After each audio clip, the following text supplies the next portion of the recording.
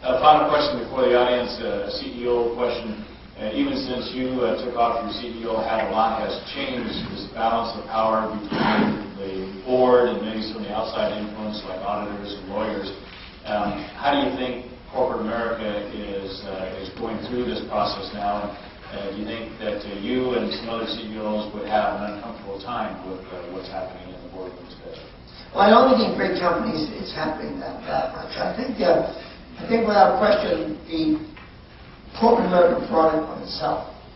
So let's face it, Sarbanes-Oxley was a well-meaning act to deal with some transgressions that were crazy to get things back in line and give investors confidence. Obviously, in anything that passes the Senate 99 to nothing, something's wrong with it. Anything that goes to that extreme, there's always some here. So there's a bit of an over-extreme. I am worried a little bit the fact that boards are forgetting what their jobs are.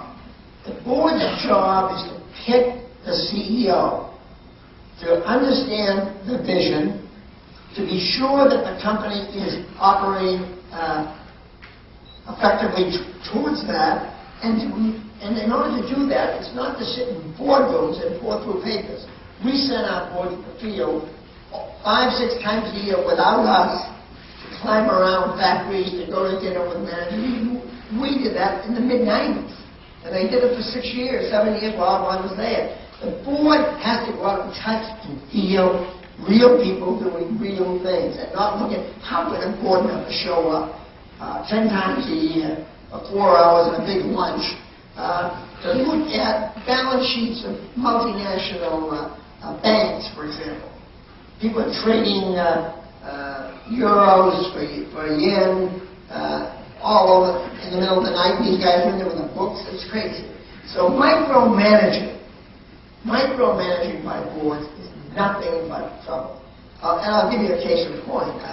I think without question, the Kali Bialina thing, whether you agree or not with the job she did or whatever happened, that board telling her who to put in what job is outrageous. Absolutely outrageous. Her job was to be CEO and to pick the team that was going to win. And their job is to help her win. If she can't do it, then take her out. But tell her how to win is not the board's role. And if you see boards doing that, stay away from the company. It's a lousy place to go. Great. Let's open it up, and please stand and identify yourself so we can get a microphone to you. Somebody have a question. Oh yes, please. Here. Please stand up when if you want to ask a question.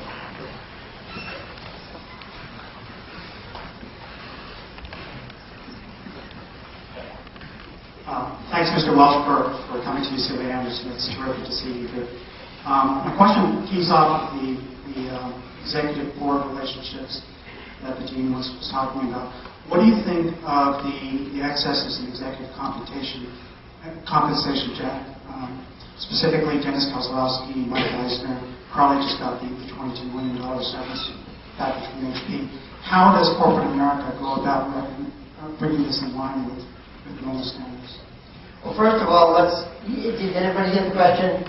It's why our CEO is getting so much money.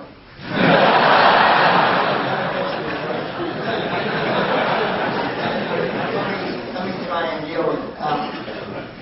There is no way I'm going to sit here in front of you and tell you the absolute level is right or wrong. I'm saying that free markets, in fact, are the greatest system in the world, and supply and demand has, in fact, driven pay a certain way. But let's take the Kali Bialina thing. $22 million in severance after being fired. That's the problem of a lousy board to start with. The board has a job, the succession plan for the CEO. And when these things break down and there's no internal successor, because the company didn't have a development process and wasn't building options to pick from, they have to go outside. And they have to go buy the CEO. Now, one CEO is going to sit out there and then go to a place without getting a deal. So they go for the deal, and the deal says, and if I don't do a good job, I want a parachute, or else I'm not going to go. So the board hasn't done any succession work at all. The classic case is GE. Let's take the GE case. The 3 people left for the job. Jeff Immel, who finally got the job. Bob Nadelli, who went off to run Home Depot. And Jim McNerney, that went off to run 3M. All 3 are doing a fabulous job. Guess what? Who do you think is making the most money? The guy who wanted GE or the other 2? The other 2. The other 2 are making almost 3 times in some cases what Immel's making. Why? Because 3M had no one. And they had to go buy McNerney. Home Depot had no one. They had to go buy Nadelli. GE just gave Jeff a raise.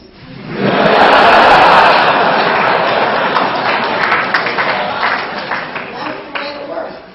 Let's take Kozlowski, who brought him up. He got a bunch of excesses, and they blew him out of there. And now we got to go replace him. Now the thing looks like it's going to a vortex and sinking. Ed Green is the number 2 guy at Motorola. Great reputation. He had run Generation. The Tyco board now is panicked. They've got no one. The stock is disintegrating. What do? They've got to go get Ed Green. So they got to get a Brinks truck, drive out to Chicago, back it up, and say, come on, Ed, join up. That's how it works. And, I can go through. There's another argument. The ratio of CEO pays, the lowest work for 435 to 1, 521 to 1, or it used to be this. Look, who's going to set the ratio? The government? How the hell could a congressman set the ratio of the pay? And let's look at Alex Rodriguez, the 3rd baseman of the Yankees. Is anybody saying, Alex, you're playing 3rd base here now? The hot dog vendor is making...